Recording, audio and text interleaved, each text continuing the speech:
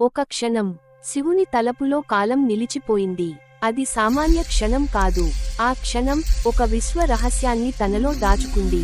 ప్రాచీన కాలంలో ఒక మాయామయం పొగమంచుతో నిండి ఉన్న అడవి మధ్య, ఋషులు చెప్పిన పురాణ గాథల మధ్య ఒక గుహ బయట కనిపించింది. ఆ గుహ శివుడి ధ్యానం దిశగా తెరుచుకున్నట్లు అనిపించింది. శివుడు అక్కడ యోగ ముద్రలో కూర్చొని ఉన్నాడు. ఆయన చుట్టూ కాస్మిక్ చిహ్నాలు తేలియాడుతున్నాయి. ఆ దృశ్యం సమయాన్ని మించిపోయింది. ఆ గుహలో ఓ వెలుగుతున్న వస్తువు కనిపించింది. ఆ వస్తువు ఒక మంత్ర ముద్ర, ఒక దివ్య సీల్. దాని శక్తి కాలాన్ని నిలిపేయగల శక్తి.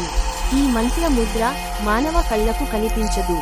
దాని రక్షణకు ఓ దేవతా శక్తి నియమించబడింది. ఆ శక్తి శివుని తలపుతో జీవించి కాలాన్ని ఆపగల శక్తిని కలిగి ఉంది.